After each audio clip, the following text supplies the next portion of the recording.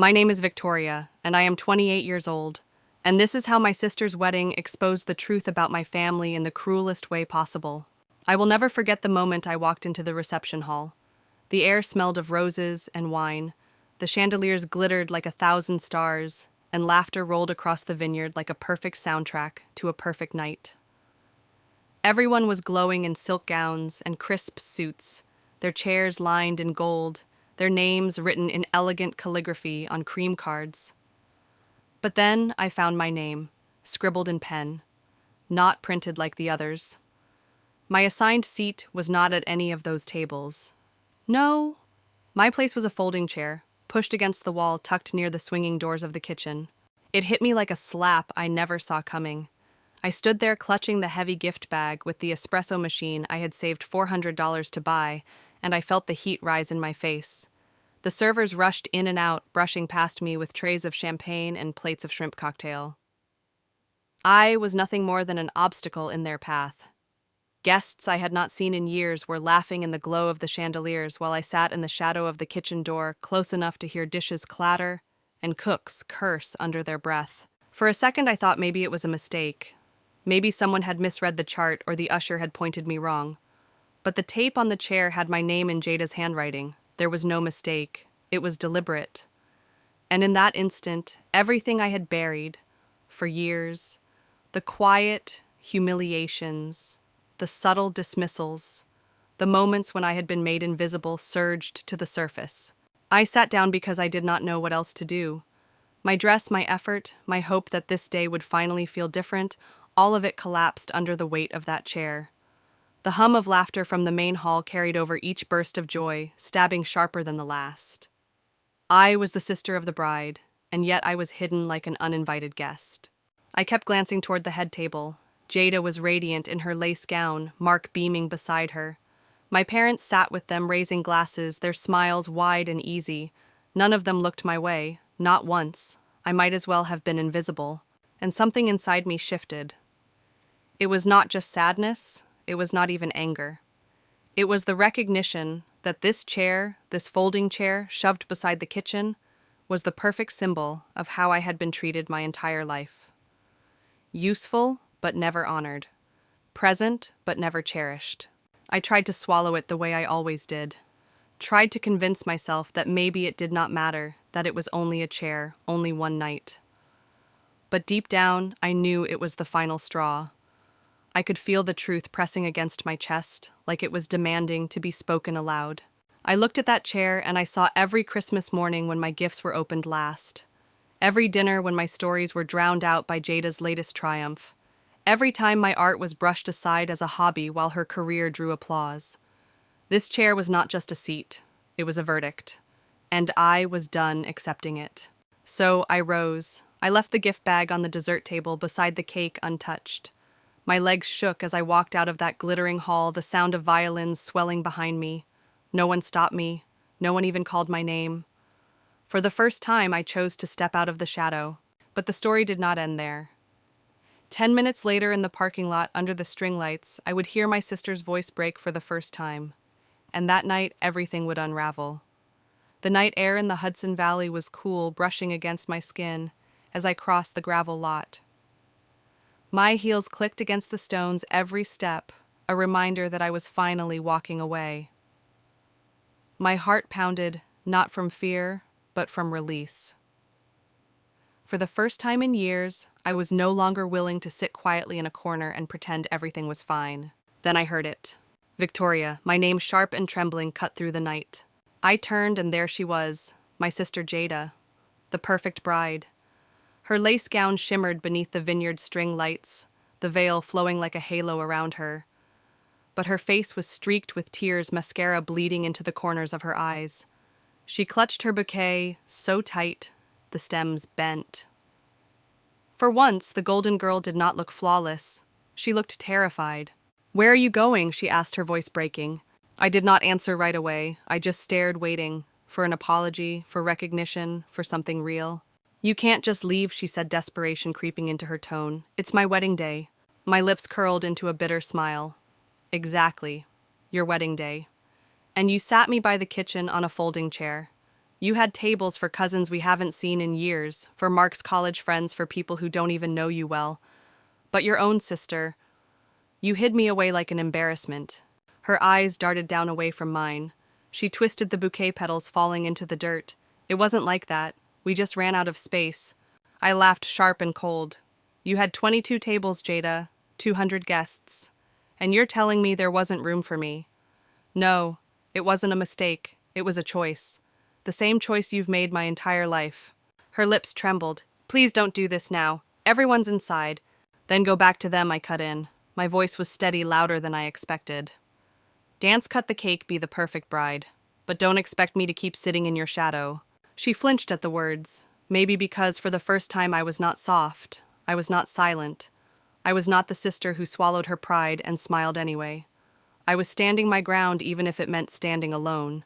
The silence stretched between us. The music from the hall drifted faintly into the night violins weaving through laughter. But here, under the string lights, there was only the sound of her quiet sobs and my steady breathing. And for the first time I realized something powerful. I was not the one making a scene. I was the one telling the truth. I turned back toward my car, my keys cold in my hand. Jada reached out as if to stop me, but her voice faltered. She knew she had no excuse left to give.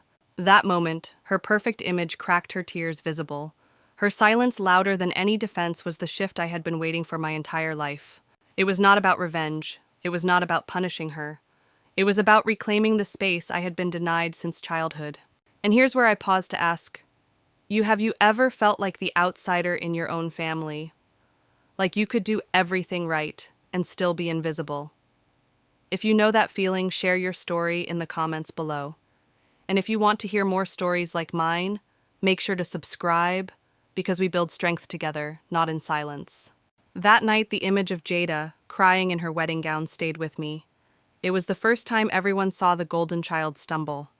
And it was the moment I knew I would never return to the folding chair again. But this confrontation in the parking lot was just the beginning. The deeper truth lay buried in the years before the childhood, where I had learned to disappear, and the patterns that had shaped every wound. To understand why this night mattered so much, you need to know where it all began.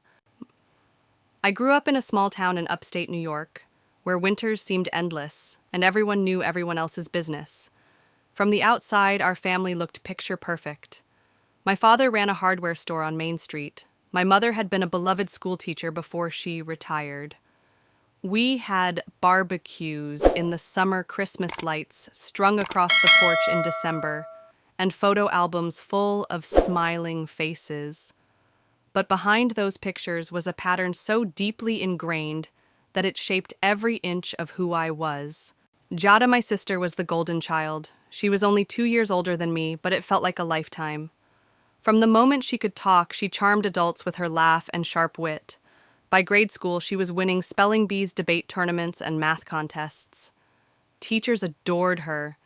Neighbors stopped my parents in the grocery store just to say how proud they must be. And they always were. My mom's eyes lit up when Jada walked into a room. My dad's booming laugh echoed louder when she told a story. And me, I was quiet. I loved to draw, sketching in the margins of my notebooks. I dreamed of art school, of designing something beautiful that people might one day remember. But my parents never saw that as real. When I mentioned wanting to be an artist, my father shook his head. "That's not a career, Victoria. It's a hobby." My mother pursed her lips, repeating, "Choose something stable.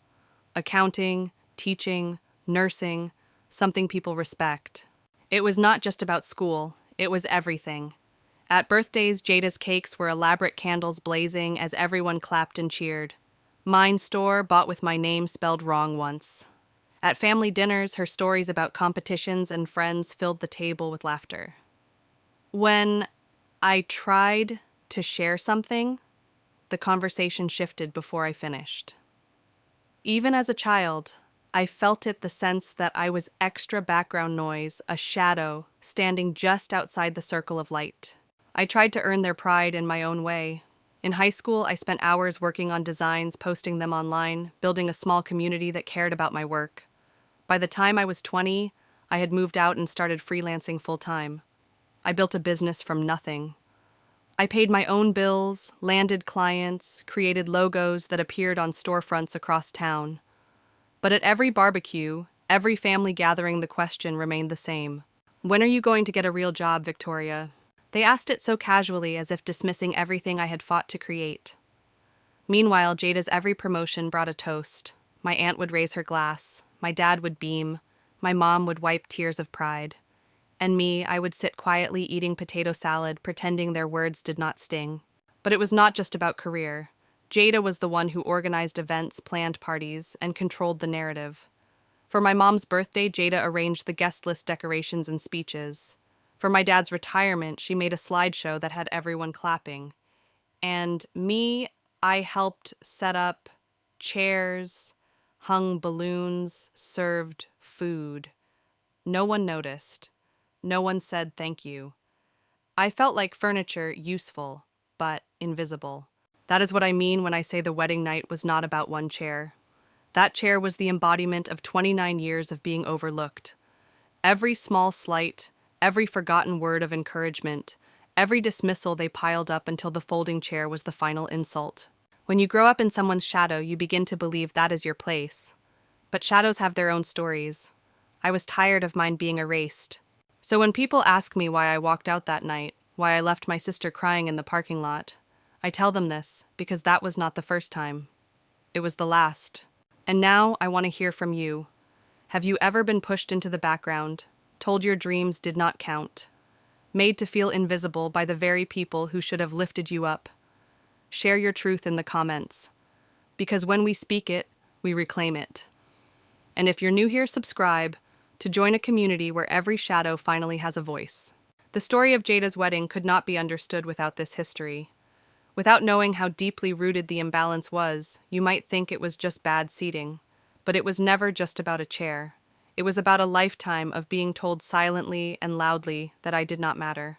And soon another moment would come that proved the imbalance was only growing worse the night Jada announced her engagement. Growing up with Jada was like living next to a spotlight that never turned my way. No matter what I did, the beam always followed her. Every family memory, every story retold at the dinner table, every joke my dad laughed at, it all revolved around her. I existed, but only in the spaces she left empty. At summer barbecues, Jada would arrive late but instantly take over. She would wave her hands dramatically, retelling stories from her job or from college. Everyone leaned in, hanging on her every word. My mom refilled her glass, my dad nodded proudly. My aunts and uncles clapped at her punchlines. And me, I was already there hours earlier, setting up the tables, stringing up the lights, making sure the food was ready. By the time Jada swept in, everything looked perfect. But no one noticed who had made it that way. I told myself I did not care. That my place was behind the scenes, that being useful mattered more than being seen. But inside it chipped away at me. Every time Jada's name filled the air, my silence grew heavier. Holidays were no different. On Christmas morning, Jada's gifts were always wrapped with ribbons and bows, opened first as cameras flashed. Her shrieks of delight filled the room. When it was my turn, the energy had shifted. People wandered off distracted, talking over me.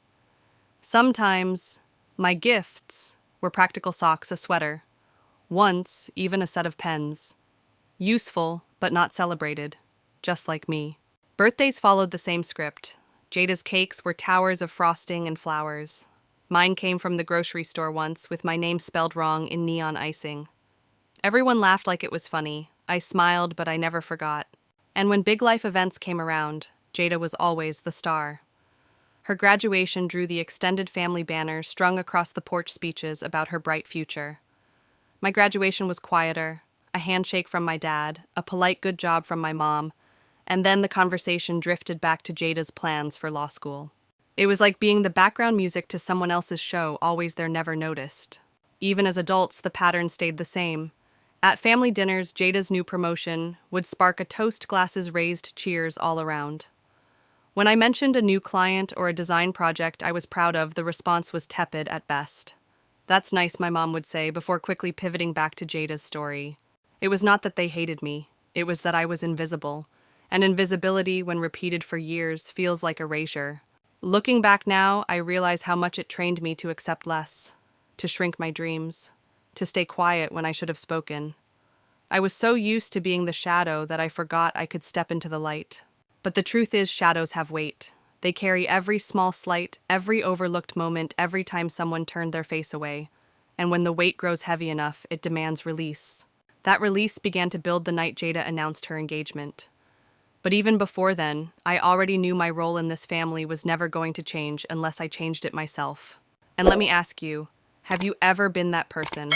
The one who sets up the party, cleans the dishes, makes everything work, but still ends up forgotten once the spotlight arrives. If you have, you know exactly how those shadows feel. Drop a comment and let me know, because your story deserves to be heard as much as mine. The golden child and the forgotten shadow that was our dynamic. And the shadow only grows darker when the spotlight burns brighter. Which is why when Jada stood up with her wine glass at that Christmas potluck, everything I had swallowed for years rose up like a tide I could not stop. It was a cold December evening when the next fracture appeared. My parents hosted their annual Christmas potluck, a tradition that filled the house with neighbors, relatives, and the smell of roasted turkey and cinnamon pies. The living room buzzed with chatter, kids darted between legs, and my dad's favorite jazz record spun softly in the background. I had spent the morning baking, pouring my energy into a pie recipe that reminded me of my grandmother. I carried it in with pride, hoping maybe this time someone would notice. I found a spot near the dining table, balanced my plate, and tried to settle into the evening. That's when Jada stood up. She clinked her wine glass, her smile wide and glowing. The room hushed in seconds. "I have an announcement," she said, her eyes sparkling. "Mark proposed." The crowd erupted. My aunts burst into tears, clapping their hands. My dad stood wrapping his arms around Mark, who beamed as if he had won the lottery. Phones came out, flashes lit the room, and suddenly a slideshow appeared on the television, pictures of the proposal. The ring catching, the light, the vineyard backdrop, Jada's perfect laugh frozen in every frame. Everyone was crying, cheering, hugging. My mother's hands trembled with joy as she kissed Jada's cheeks. The spotlight was blinding. And me, I sat at the corner of the table, my fork stuck in the pie I had made, forcing a smile as if I were part of the celebration. But inside my chest ached, not because I wasn't happy for her, I was in my own way, but because once again I had vanished. No one even noticed the pie. No one asked about my work or my life. It was all Jada as always. That night, as the celebration stretched on my phone, buzzed nonstop. A new group chat had been created, Jada's wedding. Photos, plans, ideas, everything started pouring in. Dress fittings, venue tours, catering menus. My mother called me every week after that, but not to ask about me. Always about Jada. "Did you see the bridesmaid dresses? Isn't the vineyard perfect? Have you seen the centerpiece mock-ups?" I would answer politely, "Yes, it looks beautiful." Then try to mention a new design project or a client I had just landed. But before I could finish, she cut me off. "Hold on. Jada just texted me something about the band." And the ache grew sharper. When the official wedding party list came out, my heart sank. 10 bridesmaids, 10 groomsmen, cousins I hadn't spoken to in years, even Mark's younger brother barely out of high school. But my name wasn't there. The bride's own sister left off the list. I stared at that list for a long time. I told myself it was her choice, that she had every right to pick who she wanted by her side.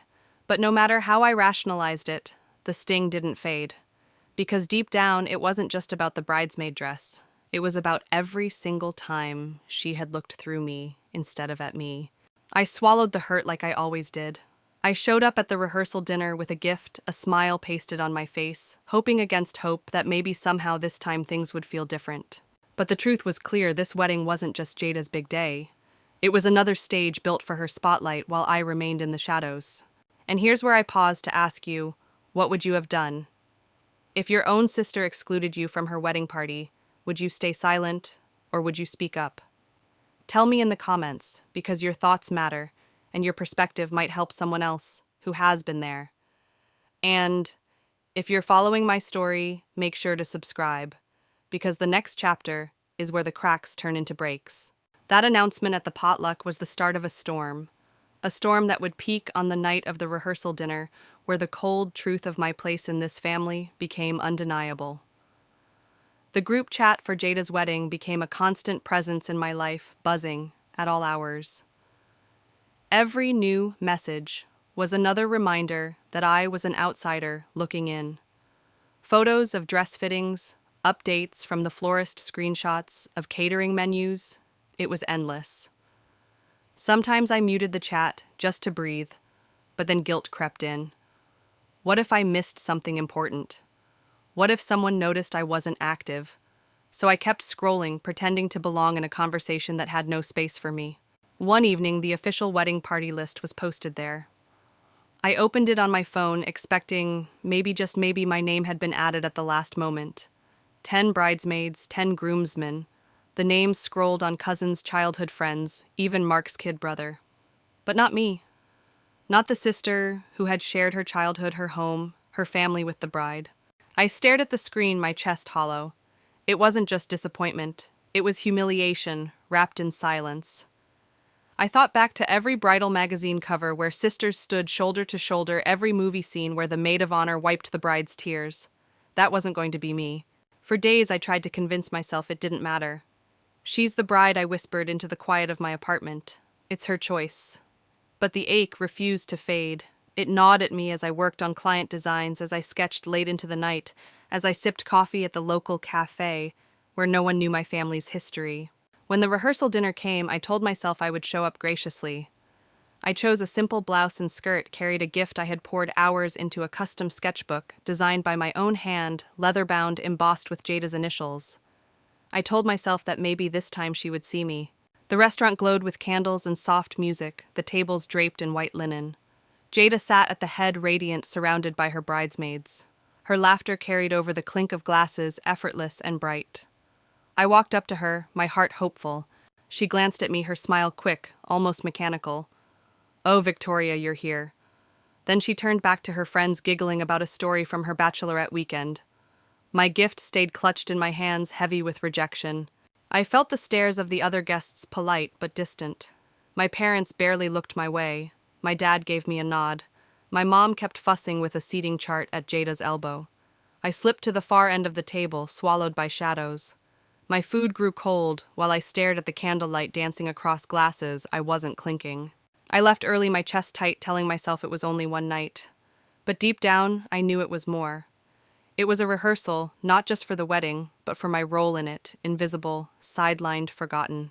I remember walking back to my car, the gift still in my hand, wondering if I should even bother showing up for the wedding. But a voice inside me whispered, "Go.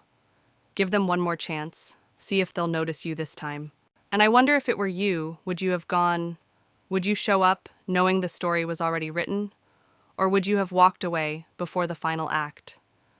Tell me in the comments. And if you want to follow the rest of this journey, hit that subscribe button, because what happens next will make this dinner look like a small scratch compared to the wound that was waiting. The rehearsal dinner was supposed to be the prelude to joy. For me, it was the warning. And when the wedding day arrived, the truth would cut sharper than I ever imagined. The morning of the rehearsal dinner had carried a strange weight, like I already knew how the night would unfold. Still, I forced myself to believe it could be different. I picked out my best blouse, pressed the wrinkles until the fabric was smooth, and wrapped the sketchbook gift with trembling hands. That book wasn't just paper and a leather, it was my craft. The one thing I thought could speak for me when words always seemed to fail. When I entered the restaurant, the sound of chatter and clinking glasses hit me like a wave. The place was elegant, glowing with golden light from chandeliers, every table lined with candles. And at the head sat Jada, her laughter ringing across the room, her bridesmaids leaning in as if the whole world spun around her. I walked forward, clutching the gift. For a moment, I thought maybe she would open her arms, call me closer, and introduce me with pride. Instead, her eyes flicked over me like I was a delivery driver dropping off flowers. "Oh, Victoria, you're here," she said. Then her head turned back toward her friends, giggling at some story about her bachelorette weekend. The words sliced deeper than she could have known. I stood there frozen before retreating to the far end of the table. My parents hardly noticed. My father gave a small nod, distracted. My mother fussed with Jada's seating chart, her voice soft but frantic, making sure every detail was perfect for Jada. Always for Jada. I sat there in silence, the sketchbook heavy in my lap. Around me, the tables glowed with laughter, wine glasses clinking, silverware tapping plates. My food sat untouched, my appetite gone. No one leaned in to ask about my work, my life, or even how I was feeling. I was present but absent, breathing but unseen. It wasn't just about that night, it was about the echo of every time before. Every Christmas where my gifts were opened last. Every barbecue where my efforts were taken for granted. Every family dinner where my stories faded before they began. And here it was, again rehearsed, like a script I had never been allowed to change. Halfway through the meal, I excused myself slipping away before dessert. The city streets outside were cold lit with strings of holiday lights. My reflection in the restaurant window looked like a ghost pressed against the glass, close enough to see but not part of the celebration. Driving home, the gift sat unopened in the passenger seat. My chest ached with a familiar weight. I asked myself, why do I keep showing up? Why do I keep hoping? But I already knew the answer because some part of me still wanted to be seen. And here's where I turn to you. Have you ever stayed in a place where you felt invisible, just because you still hoped someone might finally notice you? If you've been there, share your story below. I want to read it, and if you're still following mine, make sure you subscribe, because the wedding day itself would take that invisibility and turn it into something impossible to ignore. That night I lay awake staring at the ceiling. The laughter from the restaurant still echoed in my ears. I replayed every detail, her quick glance, my parents' indifference, the cold food on my plate. And somewhere deep inside, a quiet decision began to form. The rehearsal dinner had not broken me. It had prepared me. It had shown me exactly what to expect at the wedding. And when that day came, I would be ready not for celebration, but for revelation. The morning of the wedding arrived wrapped in sunlight, the kind of crisp autumn light that made the Hudson Valley hills glow like gold. I drove to the vineyard with a cautious heart, rehearsing every hopeful thought I could muster. Maybe the rehearsal dinner had just been a fluke. Maybe once the vows were said, I would finally feel like part of something bigger than myself. I wore my favorite navy dress, pressed and simple, something that made me feel dignified without screaming for attention. On the passenger seat of my car was the espresso machine I had splurged on from Jada's registry, $400 I could barely afford, but paid anyway, because I wanted her to know I cared.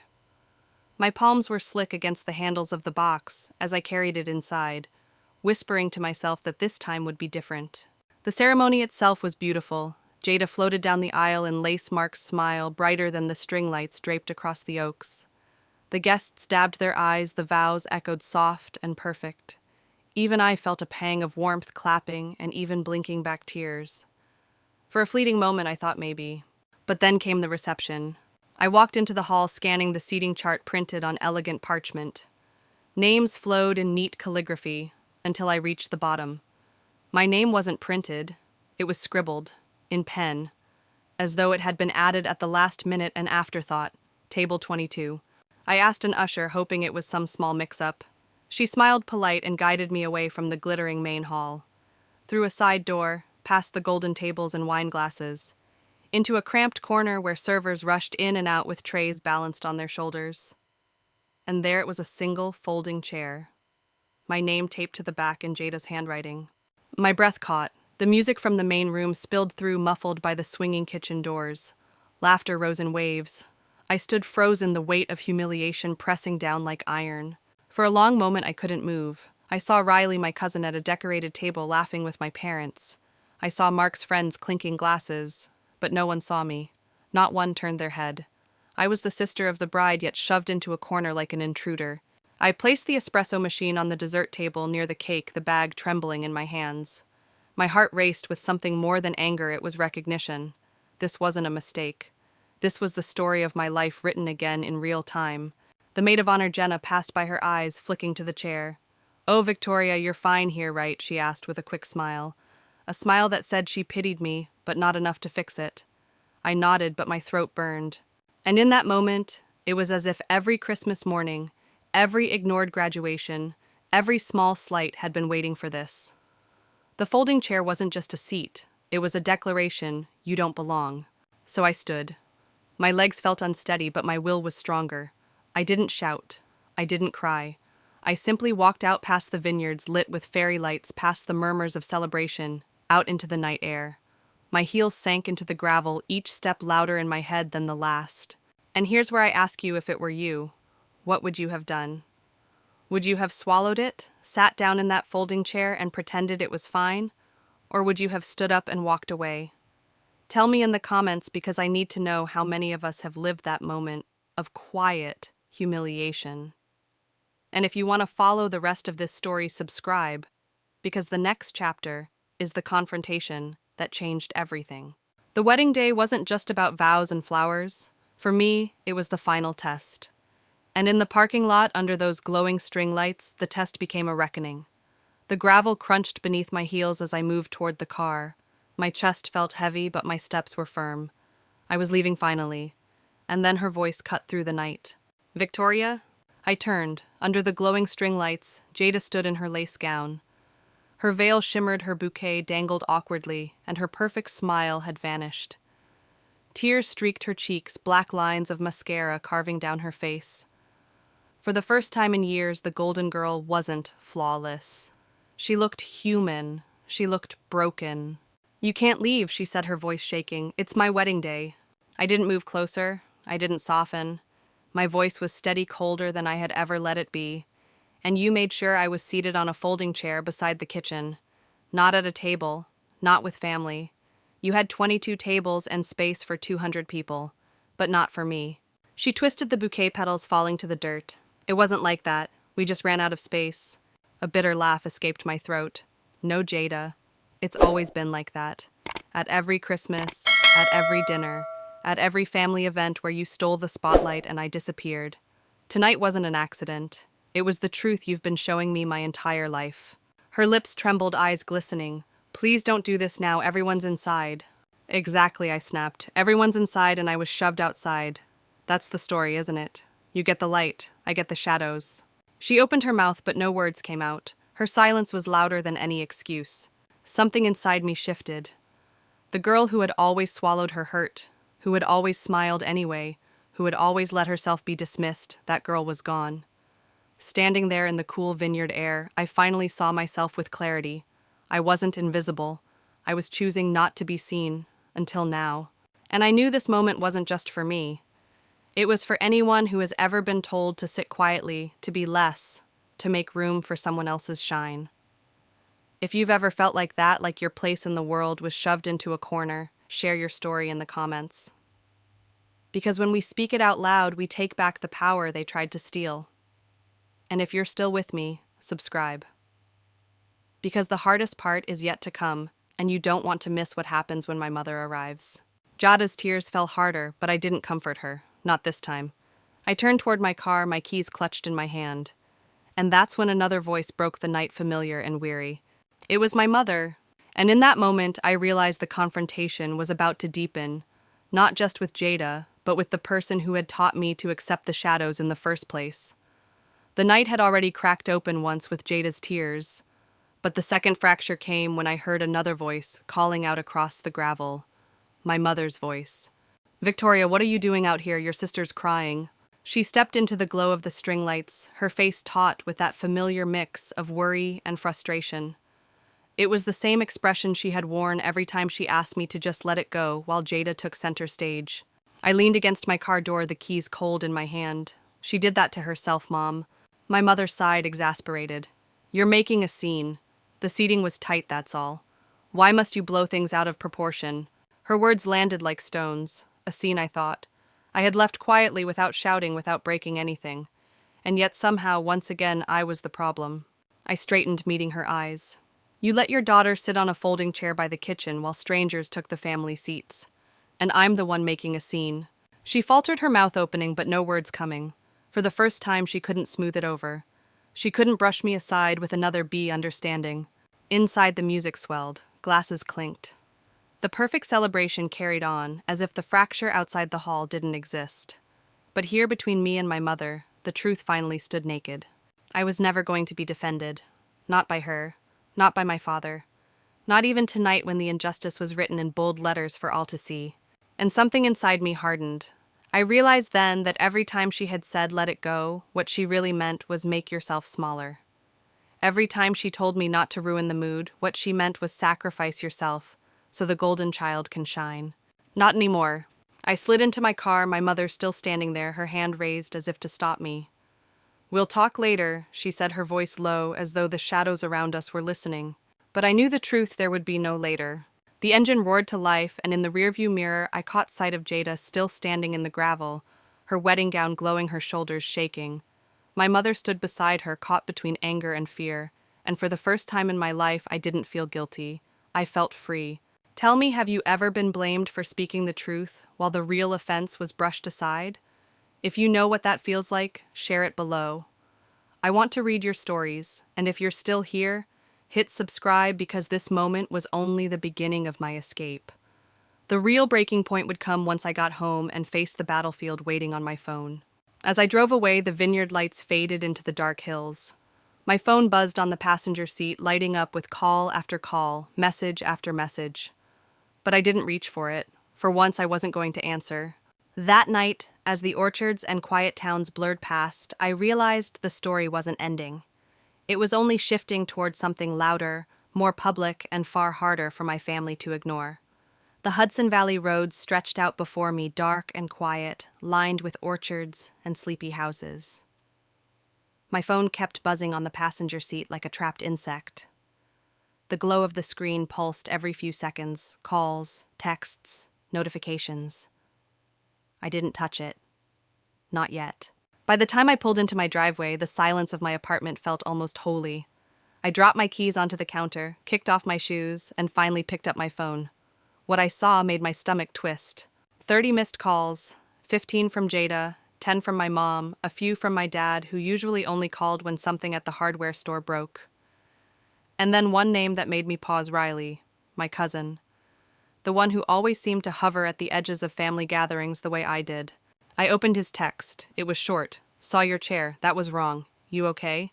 I froze, staring at the words, until the screen dimmed. For years I had convinced myself maybe I was imagining it.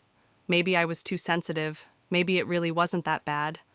But here was someone else, someone who had been in the room saying it out loud. That was wrong. And it was the first time I felt the knot in my chest loosen just a little. I didn't respond, not because I didn't want to, but because the validation was enough in that moment. The rest of the text could wait. I scrolled through the family group chat. Chaos. Jada, Lena. "Where are you, Mom? You owe your sister an apology. Dad, call us." The words piled up heavier and heavier until I tossed the phone face down on the couch. Instead of answering, I made coffee. I sat at my desk, sketchpad in front of me, pencil moving in lines that grew sharper and darker with every stroke. The image that formed was simple, a folding chair, shadowed against the glow of fairy lights. It was raw, but it was real. When I finally went to bed, I slept deeper than I had in years. For once, I wasn't haunted by guilt. I wasn't rehearsing apologies in my head. I wasn't shrinking myself to fit someone else's version of me. I was just me. The next morning, I skipped the post-wedding brunch. No apologies, no explanations. I walked through Albany's art district instead, sipping a latte, sketching murals on the street. The sun was bright, the air crisp, and for the first time in years, I felt light. But I knew it wasn't over. My family wouldn't let it end there. They never did. And here's where I stopped to ask. Have you ever had that one person, maybe just one, finally validate the thing you've been carrying for years? Did it feel like a weight lifted, even if nothing else changed? If you have, share it in the comments. Because sometimes it only takes one voice to remind you that you're not crazy, that your pain is real. And if you're still here with me, subscribe, because soon this quiet validation would spark something much louder, something my family could no longer hide. Back in my apartment, my phone buzzed again. This time it wasn't Riley. It was Jada. Her voice message was shaky, rehearsed. "We need to talk." I didn't delete it. I didn't play it twice. I just sat there, letting her words hang in the air.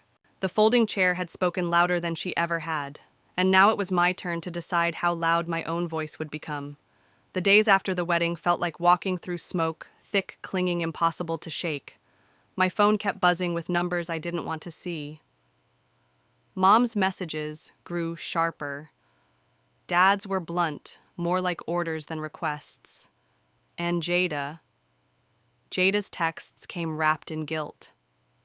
"We need to talk. You left me on the most important night of my life. Why would you do that to me?" At first I ignored them, but the more I sat with the silence, the more I realized something my story had always been kept behind closed doors, tucked away, where no one could see. Jada's version, the golden child, the perfect bride, was the one people believed. And if I stayed silent, that version would win again. So I wrote. I sat at my desk, opened my laptop, and began to type. The words poured out faster than I could think. I described the years of being overlooked, the endless spotlight on Jada, the way my own parents taught me to shrink. I wrote about the rehearsal dinner where she barely glanced at me, and finally about the folding chair by the kitchen. I didn't rant. I didn't scream. I laid it out like evidence, plain and undeniable. When I finished, I added the photo I had taken, my name scribbled on paper, taped to a folding chair, shoved next to a trash can, with a half-eaten slice of cake sitting nearby. One picture worth more than 1,000 apologies I had never received. I hit publish on my personal blog.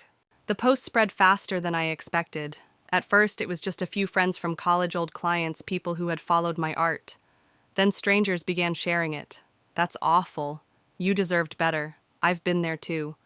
The comments poured in, not just about weddings, but about families that chose favorites, about siblings who carried invisible scars. And then the story slipped beyond my control. A wedding blog picked it up, Jenna's of all people. She wrote an article titled, "How to Ruin Your Wedding with Bad Seating." Without using names, she described what happened. It went viral. Reddit threads, online forums, even BuzzFeed picked it up, adding my chair to a list of top 10 wedding fails. Jada became a meme. Someone cropped a photo of her head table, zooming in on the blurry background where my chair sat in the shadows.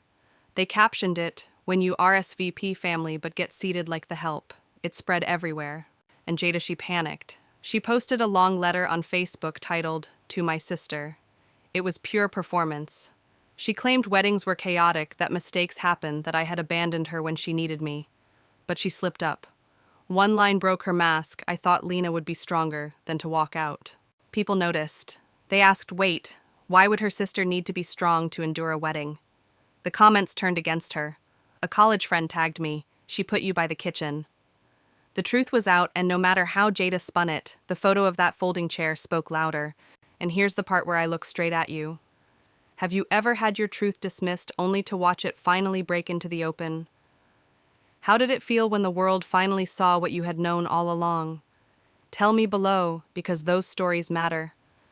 And if you're still following mine, subscribe, because the fallout of this viral storm didn't just shake Jada's image. It forced me to redefine my own. The blog had begun as a whisper, but it became a roar.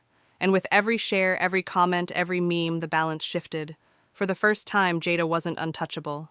And for the first time, I wasn't invisible. The blog post had been a spark, but the fire that followed was something I never imagined. Within weeks, my quiet story had traveled far beyond my little town. Wedding forums dissected it, art blogs linked it to my work, and strangers sent me messages telling me how they saw themselves in every line. Instead of running from the attention, I poured it into my art. My sketches turned into canvases. I painted the feeling of being unseen, shadows pressed against walls, blurred faces at crowded tables, colors washed out except for a single chair, standing stark and lonely. One painting in particular changed everything. I called it Empty Seat. It was simple, a folding chair alone in the dark, framed against the faint glow of vineyard string lights. I didn't explain it to anyone. I didn't need to. The people who stood before it in the gallery felt it instantly. Some wept. Others nodded silently. And when the first collector bought it, I realized something powerful. My invisibility had become my voice. The Albany Gallery show sold out faster than I expected. The same people who once brushed me aside now called me bold, fearless, raw. For the first time, I wasn't being measured against my sister. I was being seen for who I was. But even in the glow of this new recognition, the shadows of my family lingered. My phone buzzed one evening with a new message. "Jada, I didn't know you felt like this. I'm sorry." 2 short sentences typed in the same hands that had scribbled my name on a piece of paper and taped it to a folding chair. My chest tightened, not from hope, but from clarity. The apology was too late. And it wasn't for me. It was for her image, the one unraveling online and offline alike. I didn't answer. Later, a package arrived at my door. No note inside. Just the espresso machine I had given her unopened. It wasn't reconciliation, it was surrender. A silent acknowledgement that she knew what she had done, but couldn't bring herself to say it out loud. And for once I didn't need her words, 'cause I had found my own. Let me pause here and ask you, what have you turned your pain into? Have you ever taken the thing that broke you and reshaped it into something that finally gave you power? Share it in the comments. And if this story resonates with you, hit subscribe. Because my journey didn't end with a meme, it evolved into something stronger, something unshakable. The more my art grew, the less I cared about the family dinners I skipped. I no longer craved their approval. I no longer feared their silence. My life was no longer tethered to whether or not they saw me. But the truth is, they weren't done trying to pull me back into the old roles. My mother's calls turned from worry to fury. "You embarrassed the family," she said, her voice sharp. But I didn't flinch anymore. I had learned the difference between shame that belongs to you and shame that belongs to them. The old me would have folded, apologized, tried to smooth the edges. The new me hung up. And every time I stepped into my studio, I knew I wasn't their shadow anymore. I was my own light. The messages from my family did not stop. If anything, they became sharper, more desperate. My mother's voice, once soft and pleading, turned to anger. "You've humiliated us," she snapped on one voicemail. "Take down that blog. Stop spreading lies." Lies, I thought. The photo of the chair was right there for the world to see. The tape with my name, the trash can, none of it fabricated. Jada's apology text had sat unread for days. I knew if I opened it, I might second-guess myself, but I didn't need to. I had already lived with years of half-hearted apologies, the kind offered only when her image cracked, never when my heart did. This time was no different. Then came the package. It arrived one afternoon, plain cardboard, no return address. Inside was the espresso machine, the exact one I had given her from her registry, still sealed untouched, never even opened. My hands hovered over the box, unsure whether to laugh or cry. It wasn't reconciliation. It wasn't forgiveness. It was resignation. A silent message. "You can have it back because I don't want the reminder." I slid the box into a corner of my apartment and left it there, a monument to everything unsaid. But while my family wrestled with denial and anger, the outside world kept responding to my truth. Jenna's article continued to spread. More memes appeared online, some cruel, others painfully accurate. Jada had always been the golden girl, but now she was the bride who seated her sister by the kitchen. That image stuck no matter how many statements she posted. And I kept painting. I poured every ounce of frustration, sadness, and freedom into my canvases. Each one told a story without words, blurred faces laughing at tables, a single shadowed figure watching from a corner, bright lights spilling but never touching. People didn't need captions to understand. They felt it. At my next gallery show, a stranger stood before empty seat for nearly 15 minutes. When she finally turned to me, her eyes glistened. "This was my childhood," she whispered. In that moment, I realized my pain had traveled further than I ever imagined. It was no longer just mine. It was ours. And then the calls from my father began, short, gruff, filled with frustration. "Fix this mess," he demanded. But it wasn't my mess to fix. Not anymore. So let me ask you, have you ever been handed back something you gave with love, not as a gift, but as an insult? How did you respond? Share it below, because I know I'm not the only one who has unwrapped rejection disguised as generosity. And if you're still with me, subscribe, because we're heading toward the final chapter, where I stop waiting for my family to change and finally claim a life of my own. For years I had let their approval define me. For years I had accepted scraps, convincing myself they were enough. But as I looked at that unopened box in the corner, I knew the truth. I had already built something bigger than their acceptance. And once I saw that, there was no going back. By the time spring arrived, I had stopped answering almost all of their calls. My mother's voice still rang in voicemails, bitter and sharp, insisting I had embarrassed the family. My father's messages were shorter, colder, "Call us." Fix this. Jada's name appeared less and less on my screen until finally it disappeared altogether. And yet my life didn't crumble the way I used to fear it would. It blossomed. I skipped the next family barbecue. For the first time in my adult life, I chose not to show up, not to wait in the shadows for scraps of acknowledgement. Instead, I spent the day in my studio, sunlight streaming across my canvases. The sound of brushes in water jars replaced the sound of forced laughter and polite clinking glasses. Friends came by the kind I had chosen, not the ones handed to me through bloodlines and obligations. They brought wine, asked about my work, and listened, really listened. Later that week, one of my pieces was featured in a magazine. Another was picked up by a collector who said, "Your work feels like something I've carried my whole life, but never put into words." That was when I realized the truth. I had been chasing a seat at a table that was never meant for me, when all along I could build my own. The chair by the kitchen wasn't the end of my story. It was the beginning. I wasn't angry anymore. Anger had burned itself out. What remained was clarity. I didn't need to change my family's story. I only needed to write my own. And that's what I want to leave with you. If you've ever been pushed aside, if you've ever felt like your voice didn't matter, remember this: you don't need their table. You can build your own. And if this story has resonated with you, subscribe, because there are more stories coming. Stories of choosing freedom, choosing self-worth, and refusing to sit quietly in someone else's shadow. Sometimes walking away isn't losing. Sometimes it's the only way to win. The night of the wedding, I thought I was leaving a party. But really, I was leaving a role I had been forced to play my entire life. A role of silence, of invisibility, of shrinking myself so others could shine. And when I closed that door, I stepped into something far brighter, a life where I no longer needed their permission to exist. Now, when people ask me about that folding chair, I smile. Because to them, it's just a meme, a story, a viral post. But to me, it's the moment I chose myself. And I hope you'll choose yourself too. When I look back now, the memory of that folding chair doesn't sting the way it once did. It feels like a marker on a map, an exact point where I decided to stop walking in circles and finally carve a path of my own. For years, I thought my worth was something my family could hand me if I worked hard enough, if I stayed quiet enough, if I smiled at the right moments. But the truth was, worth isn't given. It's claimed. In the months that followed, I stopped chasing their approval. I stopped rehearsing imaginary conversations where they finally said the words I'd always wanted to hear. Instead, I filled my life with voices that already saw me, friends who valued me, clients who respected my craft, strangers who stood in front of my paintings and whispered, "I know this feeling."